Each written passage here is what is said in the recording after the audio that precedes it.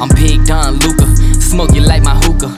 Pump fake right, then I step back in illusion. That's a boss move maneuver, billionaire entrepreneur. Mark Cuban on the viewer, put you rookies on a skewer. I stay shitting on you boys like I came up from the sewer. Used to have a lot of dollars, now I got a lot fewer. What you saying to me? I hope you save it for me. I'm about to kill the game, and I put it in my testimony.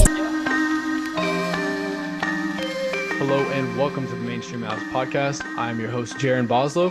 Today, unfortunately, we will not have Will Miller, just going through some weird stuff, but it will be me today on the mic. And today we have two amazing guests who are both going to talk about their experiences with the Mavs. One of them got to attend the Hall of Fame ceremony with, of course, Dirk, whenever he was enshrined. And then also her basically 40 plus years of Mavs fanship. And then her son, who actually worked for the team for quite a bit as a ball boy. He has some fun experiences. So y'all will get all into that, and I'll get all into that as I'm recording this pre-podcast. So I'm excited to listen to what they have to say and what awesome experiences they have to say. But before we get into the ad break, go ahead and go follow the socials at Mainstream214. Over there, you can get all the updated information on our Twitter. Whether it's up-to-date stuff, we post pretty much every day. Will runs the Twitter over there. We're posting, like I said, every day, great content. We, try and interact with y'all as much as possible. So please go follow that. We did have an account with over 15,000 followers, over 1,500 followers before we got hacked, and now we're down to around 500. So we're building it back up. But if y'all would please go ahead and go follow that. Outside of that, I hope that y'all enjoy this episode. But first, here's an ad from our Spotify for podcasters. All right, welcome back, guys. Today we do have our two guests with us. Before we get into anything too serious, both of y'all did attend the Hall of Fame enshrinement, and I know both of y'all are excited to talk about that, and I'm excited to hear about it, and I know our fans are excited to hear about it. So if y'all would just like to take the stage and, pretty much just talk about any of your experiences or any cool things that happened there, please take the floor. Mom, I'll do you want to go first? let you do that one. I can let you do that one, Mom. I know you're pretty excited about it. Okay. Well, we've followed Dirk since literally day one. I was pregnant with Dalton when we traded for Dirk, and thank goodness we did, But we've kind of been on this journey together, and so when we knew that he would be inducted and we saw the dates, we knew immediately, are we doing this? Yeah, we're doing this. We're totally doing this. I think when we got the VIP reception tickets with a little bit better access before, and so we went to the rooftop of the Marriott and immediately saw John Calipari and Devin Harris, Sean Marion. So Dalton couldn't attest. I was kind of goofy. I'm like, oh my God, there's this person, there's that person, there's Marion, there's Carlisle. And I just felt like a kid in a candy store. It was, the old timers in that reception. The only current players were Jason Tatum, who was pretty inaccessible.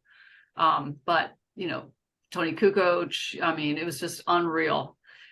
Dick Bavetta, it was just like out of control. But we were leaving after a couple hours, and instead of taking the elevator, Dalton suggested that we go down the stairs and be faster. So we did, and when we got out onto the street, immediately Dalton said, "There's Dirk," and I'm like, "What?" And so, because he wasn't at the reception, so he's just like right there in living color. And I'd never met Dirk in all these years and all the games. And we've gone to the All-Star game, it was in Dallas and whatnot, but I've never actually met him. So I immediately tried to get a picture with him, and his handler was like, no, we don't have time for that. And you could tell Dirk was like torn. Yeah. He was like, I really want to give you this picture, but this woman I also respect is telling me not to. And so we just, we had to follow him down the red carpet because we had to, get to our seats too. And so the whole journey down the red carpet, it was literally just like the 10 best minutes of almost my life. So, because we're just Jason Kidd walks up, his family's there, and then I just was like, I got to get a picture. I mean, I'm not going to go through this and not have a picture. So I begged him. We're nearing the end, and I begged him I didn't have to beg. I just asked him, and he immediately said yes. And then Dalton got his picture. But it was literally just like, my head's on a swivel like the whole time. Like all these people are joining in that I've respected for so many years. So I think the walk down that red carpet, literally with Dirk behind him, and I was looking at on NBA TV, they had an hour-long special on the red carpet, and for about 10 seconds, you can see me with my high heels off, walking up to Dirk, getting a selfie, and I was like, "Oh, this is so cool!" So it was literally a dream come true.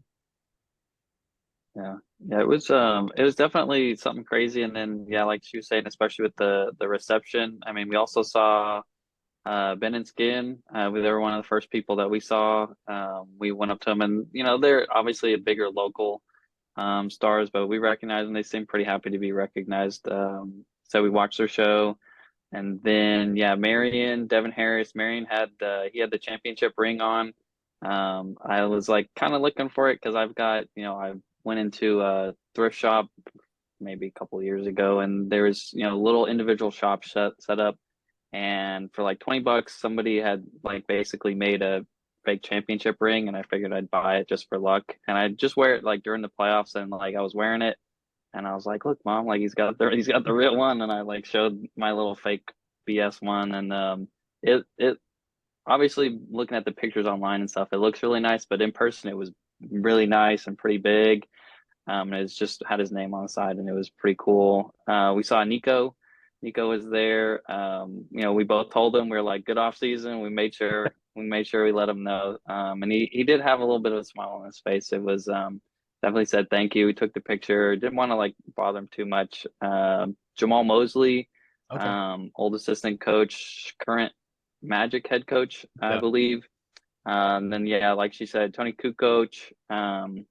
Let's see. I don't know if you would know him, but there's, I guess, those some of those NBA super fans. There's his name was Jimmy. It's like Jimmy Goldstein, I think. He's like one of those. Yeah, he's like the big one, I guess. He was walking around, and like we couldn't really tell who he was. We thought it was initially that one Mavs big Mavs super fan that was always there. But then we looked him up, couldn't really find much, and then we actually ended up figuring out who it was, because in the Hall of Fame he actually has there's like a super fans section, and there's a massive like picture, and it's him with Chris Paul, I think, when they were on the Rockets, and I think like there were a couple other people behind him. I think Nene was with them, but that guy was there. I think outside of that, it was definitely pretty crazy. Seeing Tatum there. Mom got a few pictures of him. He was like, immediately he walked down and I saw him. Took me like half a second to see who he was, but he had security around him. I mean, it's definitely one thing to be like, okay, you're Jason Kidd, used to play, kind of getting into the older days now where newer people don't really know who you are just yet, but a lot of people like us know who he is. But a guy like Jason Tatum, where people who are old fans and new fans, everybody knows who he is, and it was just immediately started to get bombarded.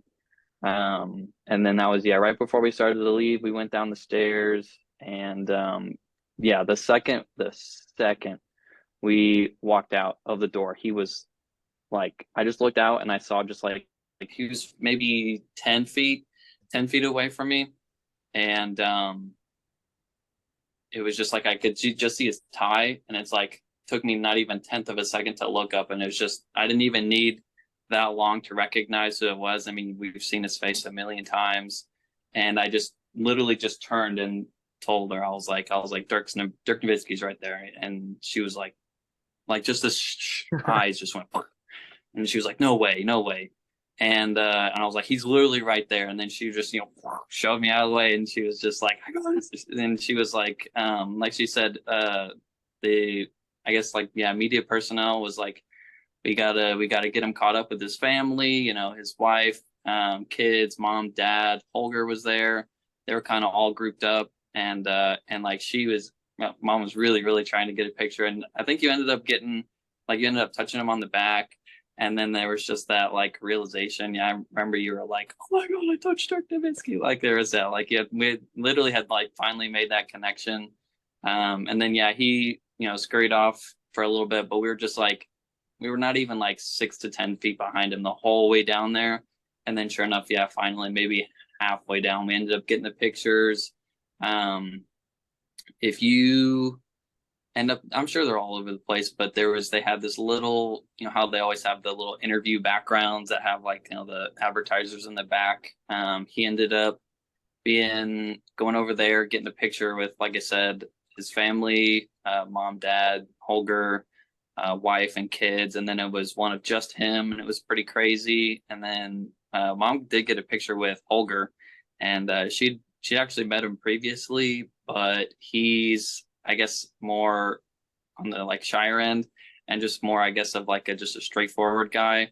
Because like I'm assuming like, yeah, he doesn't get recognized too often, but then like when he does, it's kind of one of those where it's like one person notices him, and then people look over, and then it's just like one by one.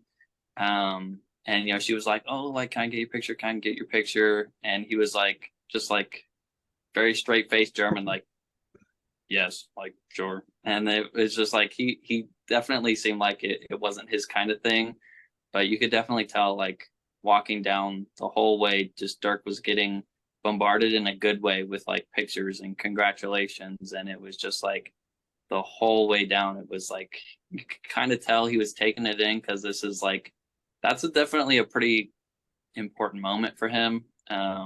Walking down the red carpet before you're enshrined forever, cameras all over the place, fans just begging him. There were little metal fences, and people were all out those, screaming his name, asking for signatures and stuff like that. And then Jason Kidd, I think his family ended up catching up with them, and then we ended up going in the main entrance to the Symphony Hall. That was pretty cool. They had everyone's picture, Popovich, Pau Gasol, Dirk, and everyone's little picture on the little poles out front. Got in. I think we saw a couple extra people in the lobby. We saw Tim Hardaway, Junior's dad, and then we saw Pau Gasol barely, but he was like already getting closer to the front. And then by that time we had made it to our seats, and we're kind of getting ready to get everything started. Yeah, it sounds like, obviously I've never been to Springfield, Massachusetts. It sounds like it's one big kind of thing, whether like the Hall of Fame and then the theater part kind of sounds like it's all together. And honestly, like, it sounds like a pretty big plaza or whatever you want to call it. So, I can tell you this from watching it on TV live. Whenever Dirk did step up on the podium, he got a huge applause for probably over a good minute. I'm sure that y'all were a part of it, but I could tell even through Tony Parker, Dwayne Wade, all these other guys, that like the Mavs fans that were there, including y'all, like it was insane.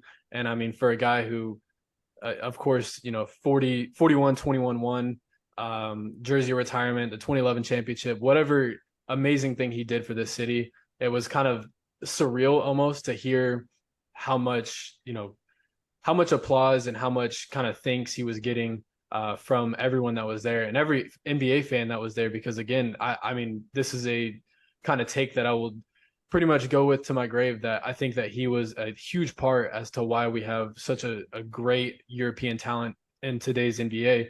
I think he led way for a lot of the guys. And I think Dirk Nowitzki was probably not the greatest of all time, but was, the greatest European of all time, as of right now. So, but yeah, it sounds like y'all had an amazing experience. I don't know, like, I don't even know where Springfield, Massachusetts is. I know obviously it's in Massachusetts, but I don't know like if it's close to any major cities or anything like that. But yeah, it sounds like y'all had an amazing time, and I'm glad that y'all got to enjoy it. I definitely enjoyed watching it on TV, and I don't know how y'all feel about this. I guess y'all can give your answers, but to me personally, I think that's probably the biggest night in Mavericks history since the 2011 NBA championship. Over things, maybe jersey retirement's one thing, but over like jersey retirement, of course, Game 7 of the 2022 semifinals, I don't know. I think that was probably the biggest night since the championship was won in 2011. Yeah, and I would just add that, when all these fans applaud Tony Parker and Dwayne Wade and Pau Gasol, and their recognition is very much deserved. I mean, their talent is indisputed and their accomplishments and whatnot. But cheering for Dirk feels different. It's not just cheering for his basketball skills and winning a championship. It's cheering for him as a human being. And he's so endeared and so beloved by not just Dallas fans, but when Dalton and I were in the Hall of Fame, we came across a man and his son, and they had, their Dirk shirts. And so we just chatted it up. That's how MFFLs are. We just kind of strike up conversations. And he was from Connecticut. And I was like, so did you live in Dallas ever? And he's like, no, I just love the Mavericks and I love Dirk. And I'm like, tell me more. Like, so he just makes such an impression. I think that's what people get so excited about with Dirk. It's not just the basketball legend, which is enough. It's so much more. Yeah, absolutely. I think, I mean, he truly, I don't think that the Mavericks will ever get another player like him, because of what he did in the community. And of course, on the basketball court, that speaks for itself. But, what he did in the community and just for the NBA in general, I think, there's really not a player that even touches him, at least in terms of the Mavericks. For what he did. And I mean, obviously, everything, all the flowers that he got, all the, applause and all the things that he got is definitely well-deserved. And now he's going to live forever enshrined in the Hall of Fame as he rightfully should. And yeah, I mean, I'm glad that he can finally now enjoy retirement. And, he's gone through the jersey retirement. I'm sure I'm missing a few other things, and now the Hall of Fame. But I'm glad now that him and his family can enjoy retirement. And I know that Nico came out and said this. I can't remember if it was before or after the Hall of Fame. I believe it was after. But Nico Harrison came out and said it that, pretty much there's an office waiting for him whenever he's ready. And I think that's just an amazing statement in itself, especially for what he's done for this city and for what he's done for this team. So if that ever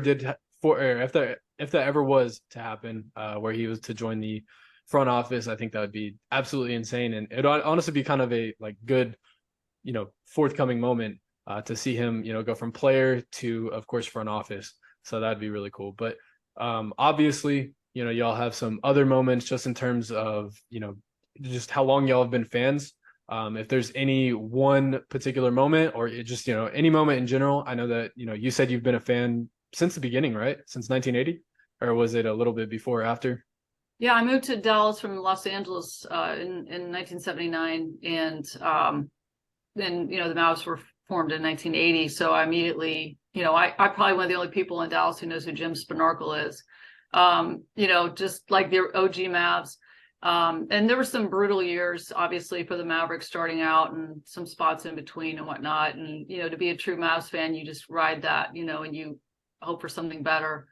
Like I said, when Dirk was traded into the Mavericks, I can see myself as a 27-year-old sitting in my car listening to a sports radio show, and they're talking about, like, who is this skinny kid from Germany? Like, what are they doing? They traded away. We needed a center. Why they had a center? Why did they get rid of him?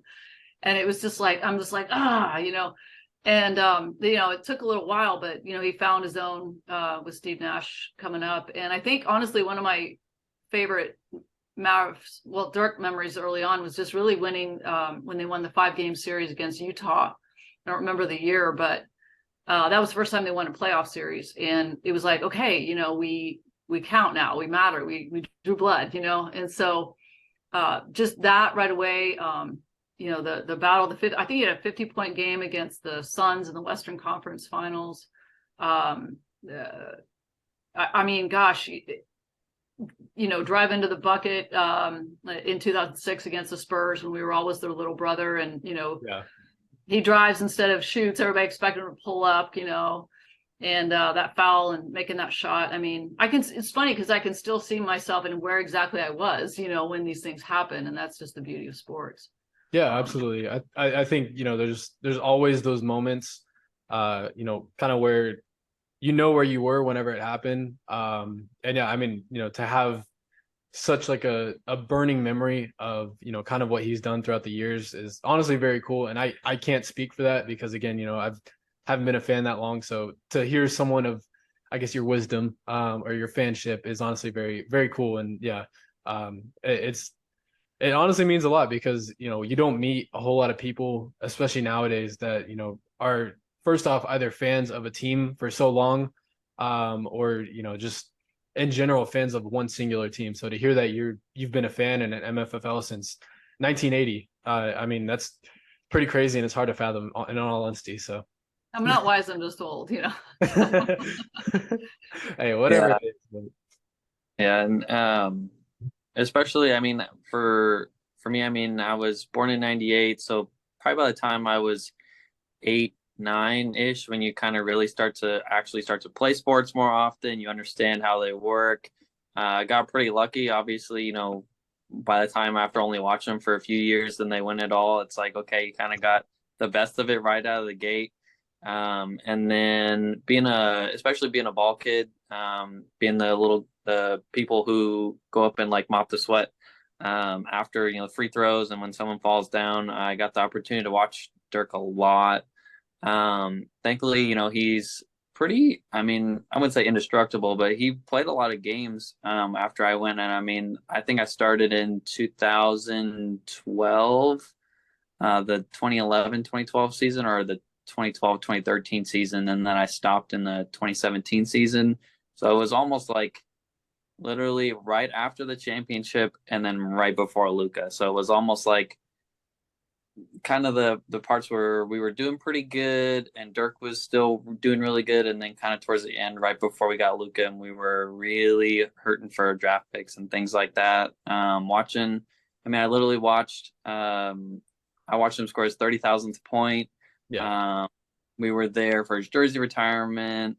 I was there. I know he didn't hit the shot, but I think it was game 3 against the Spurs in the first round, I think, when Vince Carter hit that game winner in the corner at the very last second. That's probably the craziest Mavs moment I've ever experienced, because I was in the arena and it was just like you couldn't even hear yourself the second it went in, and it was just like everyone's hands went up, and it's almost exactly like you would think it is, when you watch it on like ESPN, and it's just like just seeing it, everyone's like, you know, high-fiving and doing everything like that. And just especially just watching Dirk over, like I said, the 4 or 5 years that I was a ball kid, just watching him do the same move, it was always like you could just tell he was like a pure shooter. Like just every time it was like perfect flick of the wrist, everything, and it was just like wet every time. And it was, especially his free throws, that's one thing I always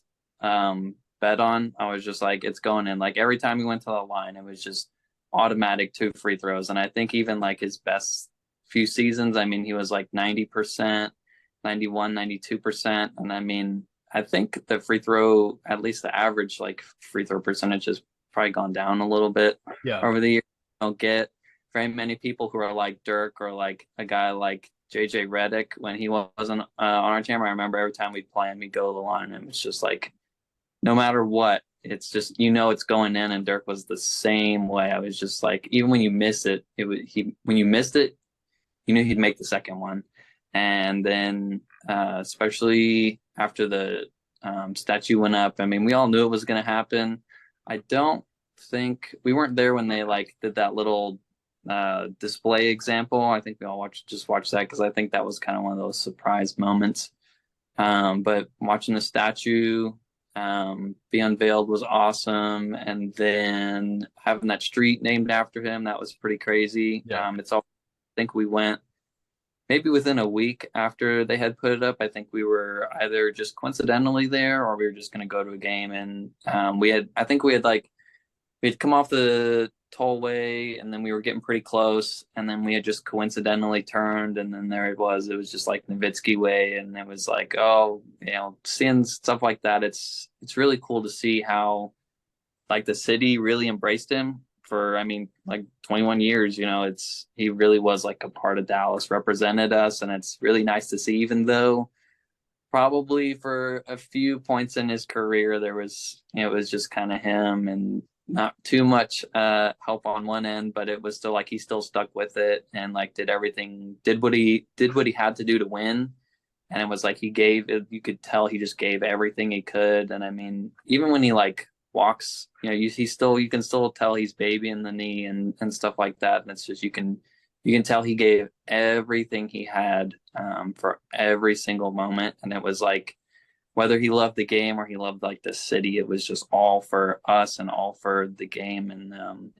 And all those things, it's without a doubt, like he deserves all of that and much more. It's pretty crazy. And there's not very many people, there's really good people who, play for a few different teams, but then you have the really special guys like Dirk and Kobe and Tim Duncan and MJ, the guys who stay with one place. Technically, obviously Jordan didn't, but we don't really count that, but it's still like those guys, they don't ever come around very often. And like to be in the city, to grow up watching this guy actually play and witness historic moments like that, it's definitely really cool. Because when I talk to my mom and my uncle sometimes about watching basketball, they're like, yeah, we're watching MJ, like we're watching all these guys, and I'm like, talking about all the people from the 90s and like Magic, and it's like it's one thing to like, the only thing I have of them is who they are now and like the old highlights of them. And it's like you can watch highlights all day, but you didn't get to like watch them live. And it's like to be able to witness like a living legend just play basketball like that in his prime, at the end of his prime and in his prime. It's one thing that you can just say like, yeah, I watched him play. Like people 20 years from now, literally people from 4 years ago up until now and forever, they'll never be able to say they got to witness Dirk play a basketball game, probably let alone shoot a basket. So it's definitely pretty special to say like we were able to be here in time and watch greatness like that happen. And it's definitely pretty cool to say that he deserved all that stuff and more. Yeah, absolutely.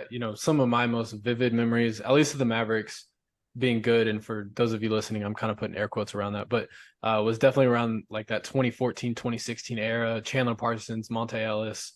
Yeah, I mean, there's they had a good roster, but in hindsight, it really was Dirk putting the team on his back, and, getting those guys prepared for the playoffs. Of course, it wasn't results that we really wanted to have, because again, I mean, I feel like every one of those years they lost in the first round of the playoffs.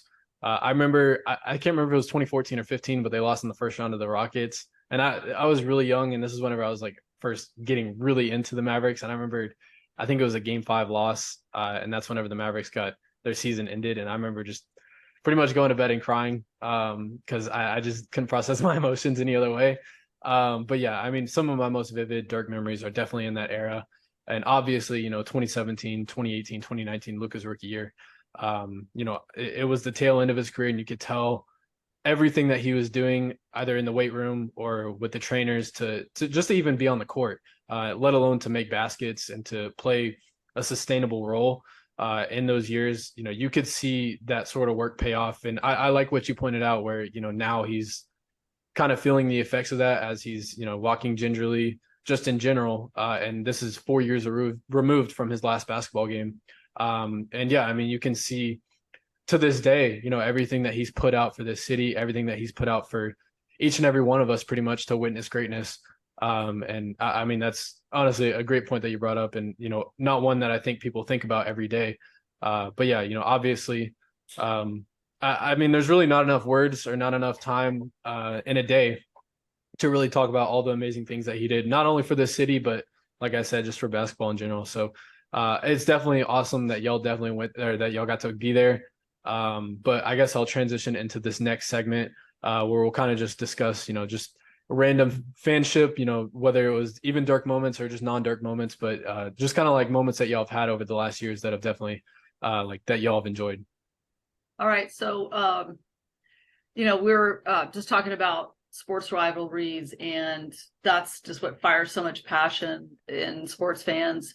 The rivalry with the Spurs transcended all, so for so long Dirk said we were the little brother to them, and it's true. I mean, the Spurs were a dynasty. We have to admit that. all the rings and whatnot. And so I found it really ironic that Dirk is going to get enshrined with like our two biggest rivalries, right? Like I was like, oh, really? Of course, we have to be surrounded by Spurs fans again. And I always despise Spurs fans more than I despise the actual Spurs. No offense to anybody, but they are the worst. So all the Spurs stuff, and then of course Dwayne Wade, we all know the history, and it was like, oh God, But I found myself thinking that even though I hated playing the Spurs when we played them, and there's certain things about them that I didn't like at the time, I felt like I always respected them. I always felt like they were a professional, basketball outfit. Like they really took the game seriously. You didn't have any massive egos and whatnot that we sometimes have today. And just really quickly, when we were done with the Hall of Fame and just basking in the glory of the whole night and thought we were done, we were taking a shuttle back to the parking lot, which was I believe it was the Hilton. So as we get on the shuttle, like the guy sitting behind me is PJ Carlesimo, which is a former coach for the Golden State Warriors back in the day. And I couldn't place him at first, but I was like, and then I looked it up and I'm like, that's the guy that Latrell Sprewell choked. And I was like, oh yeah, PJ Carlesimo. So he's behind me, and then I look over, and then it's Ime Udoka, and I'm like, what the hell is he doing on this shuttle? Because this is just for like random people like, me and Dalton going back to the hotel. So I had no idea what was going on. But so they're on the bus with us, and the bus stops in front of the Hall of Fame, and they get out, and some other guys go in with them. And you can tell there's obviously some event inside of the Hall of Fame. And then we walk back to the car, and I'm like, hey, do you want to try to go in there and see what we can do? And, Dalton was like, we can't just go in there. And I'm like, well, I don't know, maybe we can. So we got out of the car and we walked up, and the kind of acted like, we're going to go in there. And the guy was like, I can't remember exact words, but he was basically like, do you have permission to be here or something like that? Dalton, do you remember exactly what he said? He was like, are you with the Spurs party, or are you with the private party? And then we were just like, oh no, we were just trying to get in the lobby. And then he was like, no, like you can't go in, there's some private events. So then we were kind of like, all right, like you got to walk out, you can't just walk past. There's a few security guards, so we just kind of turned around and got back in the car. And then the night before, so this was Saturday night, and Friday night when we had gotten in, when we were driving from the airport, it was like 10 or 11 o'clock, and we had just gone to the Hall of Fame and saw a few people walk out, and it was already pretty late.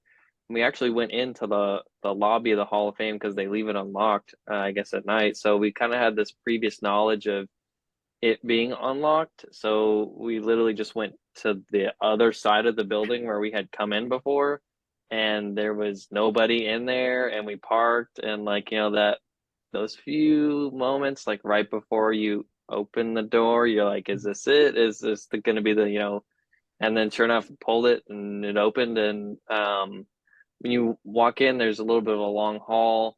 And, like I had said before, the security guy was like, are you with the Spurs party?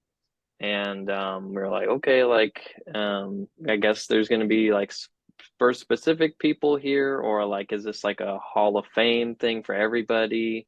And so, we just walked down and didn't really know what to expect. And then we got into the main lobby. And then when you get actually into the Hall of Fame, the main, in the very center of the whole thing, it's basically just a sphere. It's shape of basketball, and in the middle they have a big basketball court. And the court was, they had a bunch of speakers, a little DJ table, few stations for food, and so you could kind of see, like, on the outside before walking into the court, you could kind of tell, and there wasn't anyone standing in front of the door to get into the court. So we were kind of just like walking around the entrance for a few seconds, kind of being like, are we going to do this? Is this something we're really going to do? And then we were just like, okay, well, what do we have to lose? We'll just walk in. And so I actually had a Mavs tie on for the ceremony. And so, we took that off, and it was just a white shirt, and I was like, can't be at a Spurs party and be like, oh, we wearing Mavs tie.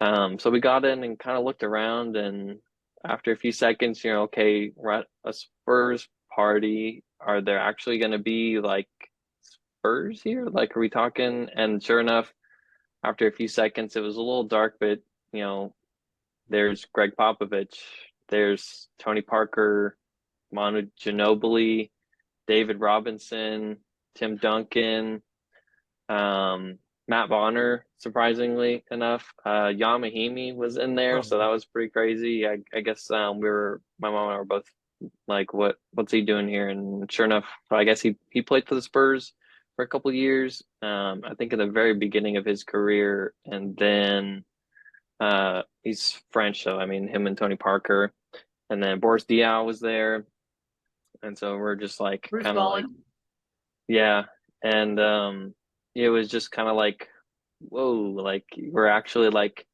one thing to be like around the people when around like the superstars and stuff like that when you're out in public, and they kind of have to have like, they know the cameras are around, people are watching, but then like this is like a private event. Yeah. Where like they're there to be themselves and be around people that they know. So it was like you could almost just tell that they were just more laid back. And so we kind of just like find a little bleacher to like sit on and just like look around and see like all these people, and just kind of crazy to see. And it's like, kind of with the rivalries thing too, it's like these are the Spurs, these are the guys we were kind of supposed to hate, but you can't like not say it's still really cool to be around these guys. Like, even if you hate him, it's like, holy moly, like this is the guy that we fought for years. And I mean, arguably, like, Dirk and Duncan, two of the best power forwards of all time. And it's like these guys, you never see them. Even if you see them in public, it's like you're probably not going to be the first one to see him, so they're going to have a big mob around him. And seeing how tall these guys are, especially when you get next to someone like Tim Duncan and David Robinson, who are like 6'11", 7'1", being 5, I'm 5'10".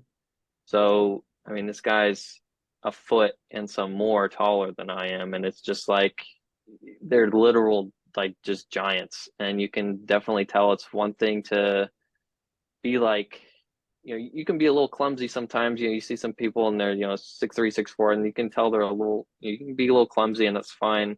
But like these guys are 7 feet, and they are more like calibrated than us. And it's like, to see things like that and guys like that close and just more relaxed and in a more personal state was pretty cool. And even to see like the little things, like, you don't think these guys are humans, they're really not. I mean, you look at them on TV, and then like a little example was like, we were watching like Greg Popovich talk to some people, and it was like maybe an hour and a half in, and like, he pulls his phone out, and like he's just got a smartphone, and he like, it's kind of weird to say, but like he just starts, like tapping it with like a single finger, like like a normal, like old guy, like a normal, like you're like, yeah, like this guy, he actually is like, he probably doesn't use a smartphone very often because, he grew up when there weren't phones. And it was just kind of funny to see like him messing around with his phone and kind of poking at it and like being like, whoa, like seeing like these just personalized traits of these guys who are, basketball gods to us. And it's just pretty cool to get that close to somebody. And we ended up staying, I think it ended at like 2:30 in the morning. I think we had got there at like 12. We stayed until the lights came on. We got ended up getting some pictures. Obviously, decent amount of drinking everyone was doing, but we kind of like towards the end, everyone like that was there, that was invited, you could tell they were just like, okay, like let's get some pictures, let's do this. And so I think I ended up getting a picture with Tony Parker, and then Mom, you ended up getting one with, I think, everybody. You got one with Parker, Ginobili, Duncan, And then we didn't, I wouldn't even dream of going up to someone like Popovich, who's just gonna, you He was see him gone. with all those interviews. Yeah, he was gone like after like an hour, he was like, all right, I'm out of here. But I mean, I wouldn't even want to mess with him just because I know he's more than likely not really who he is when he does those like halftime interviews and stuff like that, where he's just like those one word stale face kind of guy. But I was like, I didn't even want to risk it, honestly. I was just like, I'm not even going to bother. Yeah. But that was definitely pretty crazy. I don't know. It took us a little bit to recognize Matt Bonner. I mean, I remember, um, mom was saying it a lot. Matt Bonner, guys like Matt Bonner and like Nick Collison, I remember for sure it was just like when they would switch on to Dirk after like a screen, Dirk would just absolutely destroy these guys, and I don't know what it was, but he was just like he would just eat them for freaking breakfast. You knew that he would just pull a move on them, and he would just score 10 points on them, 15 points on them, and the other teams were just doing everything they could to get that guy off of Dirk and even not even play him. Same thing with Boris Diaw. I know he played with us for what season or two, kind of there in the middle, like 13, 14, or 15, I think.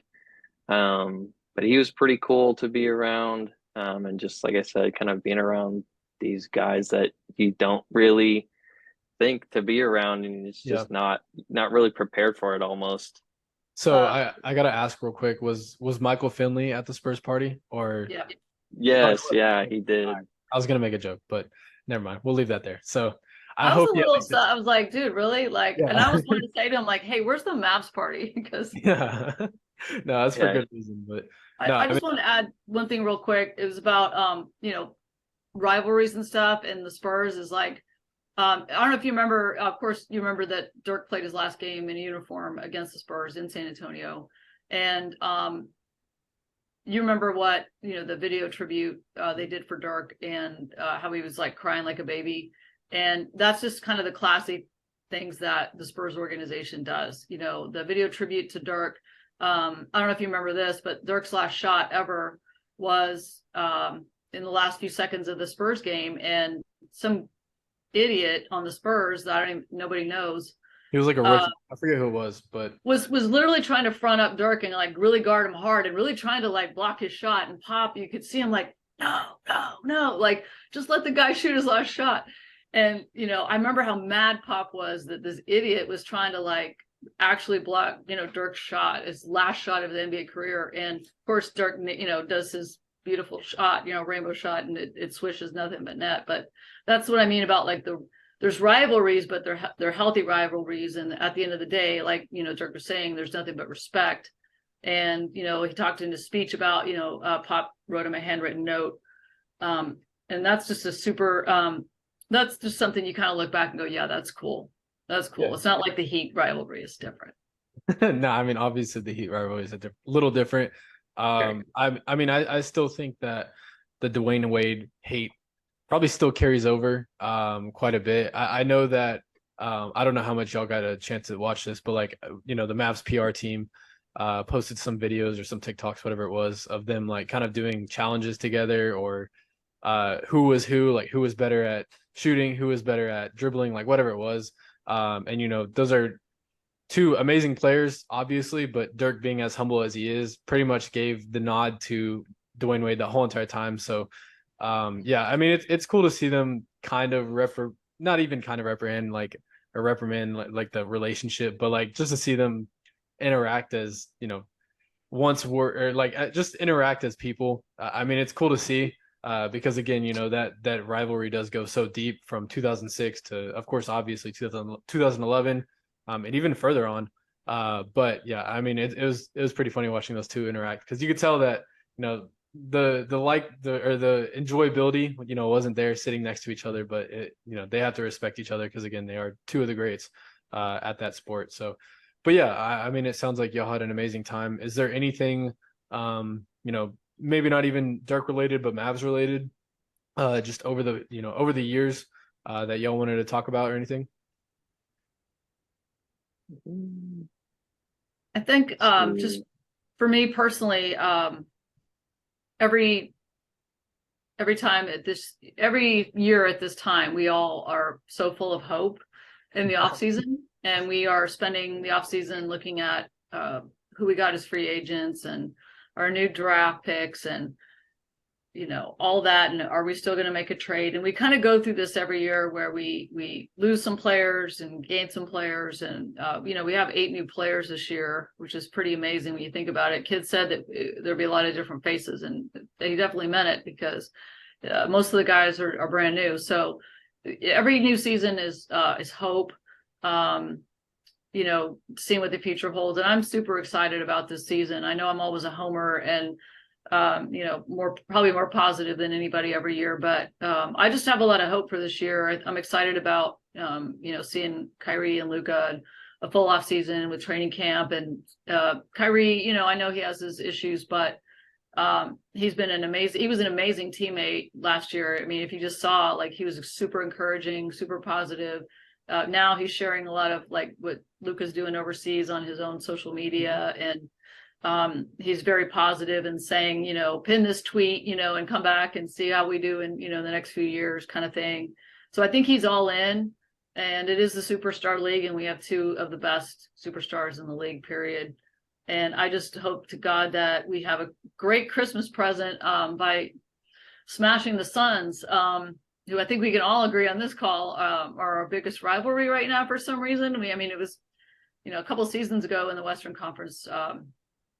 Western not the Conference Western semifinals. Conference, Yeah. But I don't know what it is. Like, I don't know, Jaren, what do you think about, like, why we hate the Suns so much? What is it for you? Is it Booker? For me, it has to be Booker. I mean, even, DeAndre Ayton, like, obviously, I think a lot of people were on the train of him, heading to Dallas in an offseason blockbuster trade.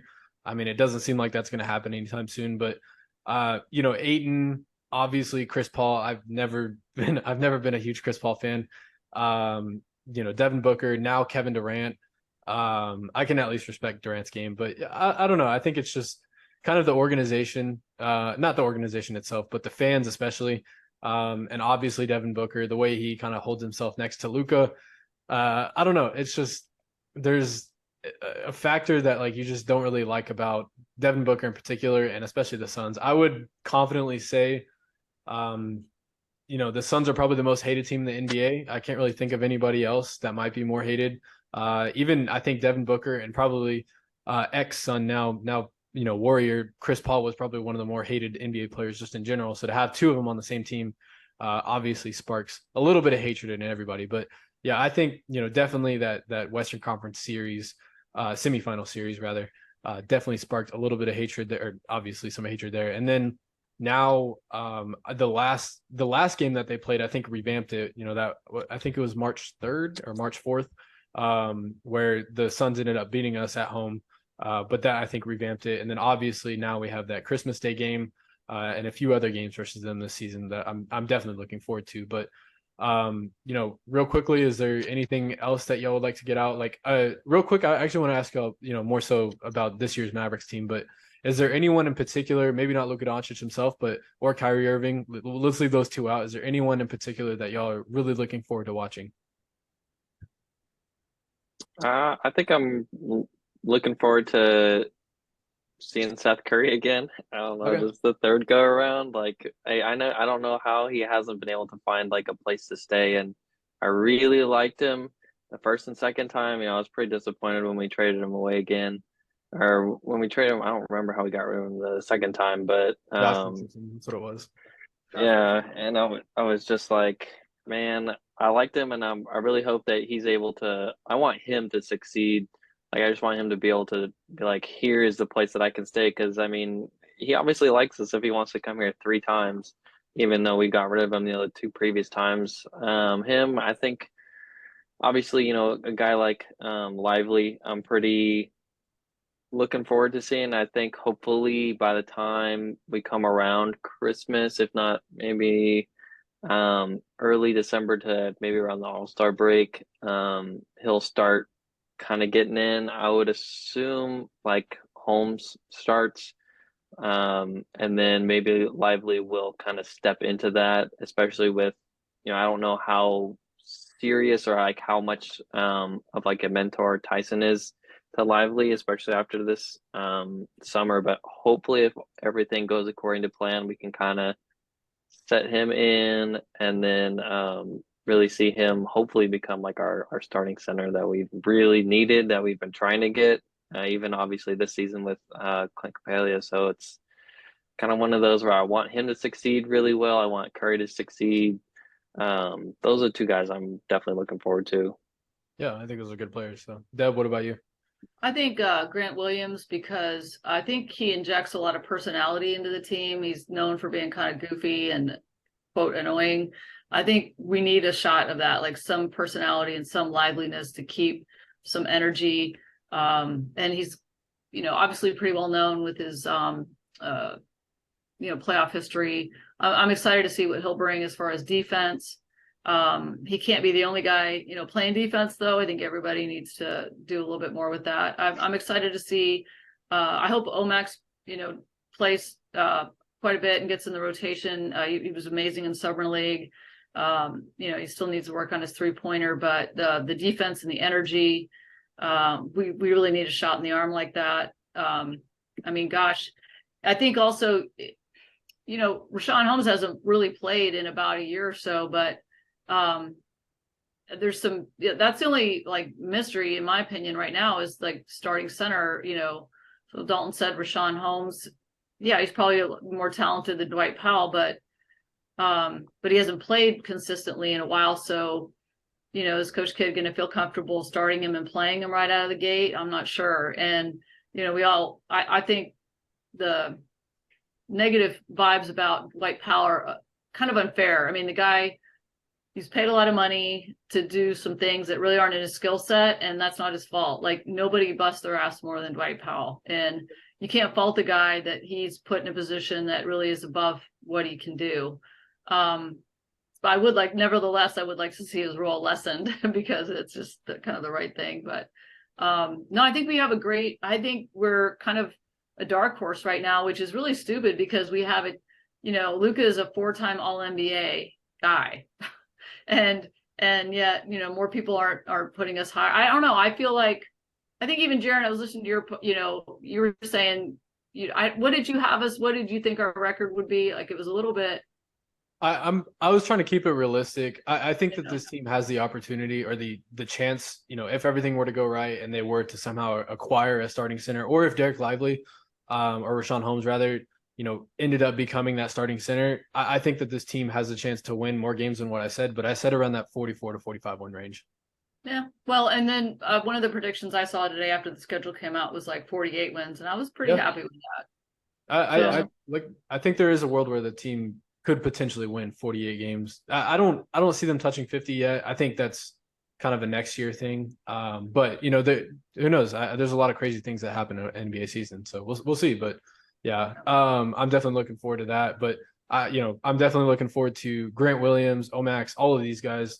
The Mavericks obviously last year were lacking defense and lacking athleticism, and pretty much we not got that in full. But Derek Jones Jr., Grant Williams brings hustle on defense, as you mentioned before. Dante Exum is going to be amazing to watch in transition off the bench.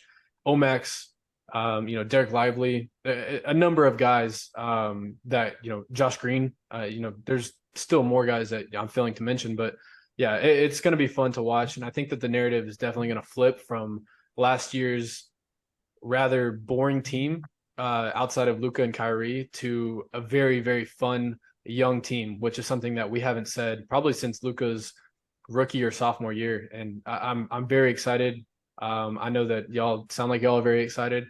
And yeah, I think it's probably a good place to leave it off. Do y'all have anything else to share? I'm good. I'm just Mav fan for life and ready to go at it again. Yeah. Yeah. And then Mavs fan for life, always been there. I think this year will be our kind of foot in the door year. I think next year will be, for me, the next year will be the really big year where we'll kind of see how we are. I think 3 to 6 seed this year, maybe 7th if we run into some injuries. But next summer, I think is going to be our year to finally see full year of Kyrie, full year of everything. Lively will have a whole year under his belt, and next year we'll probably be looking into the upper fourth seed home court advantage type stuff next year. But I believe in us either way. Even when we were really, really bad, there was always that, oh, what if, like when we were, 19 wins, I was like, oh, we could do it if we won this many games. There's always that hope. So even if we're not doing good, I'll always just hope for the best. And no matter how emotionally impacted I get by every loss that we have, I still think we'll always do really good. And I think good owner, good, obviously great star. I think we're pointed in the right direction for years to come at the moment. Yeah, I believe with pretty much everything you said. So real quick, do y'all have any socials, Twitter, Instagram that y'all want to shout out? Well, that's nice. Well, I just started a personal training business. So on Instagram, you can follow feelfit.23. And if you want to schedule some personal training, I'm down for it. Yeah, we're looking to get some sponsorships for like protein companies because me and Will are both big into working out. So we're looking to get like protein companies, things like that. So I mean, to have like a fitness account, that's actually pretty cool. So yeah, Dalton, what about you? Not too much on social media. I basically just have a little Instagram. It's DPYBUS25. I just actually posted a little Hall of Fame thing with Dirk. Finally, I got a great picture of him. It was like both of us were looking into the camera, like the one like great picture. So that's probably about the only thing I got. Yeah, I mean, yeah, I'll for sure, make it a point of emphasis to shout y'all out. But if y'all do have any pictures that y'all want to send me, we can get that up on the Twitter. If you're comfortable sharing that, obviously, then yeah, we're for sure share that. But outside of that, I think that's it for the podcast. Thank you for listening. Thank you all for coming on. If y'all would like to come on again, we have pretty much another month of off season outside of FIBA. So if y'all would like to come on again, shout us out or just reach out. But we loved having you on. And if there is another opportunity, I'm definitely looking forward to it. But outside of that, go ahead and follow our YouTube at Mainstream Podcast or at Mainstream Mavs Podcast if you haven't already. Like and subscribe. And then on the Twitter at Mainstream 214, we're posting daily content on there every day. And then of course the TikTok at Mainstream Mavs. I need to post more on that. That's on me. But outside of that, I hope that y'all have a great day. Thank you for coming on again. Thank you for listening. And yeah, y'all have a great day. All right, you too. Appreciate it.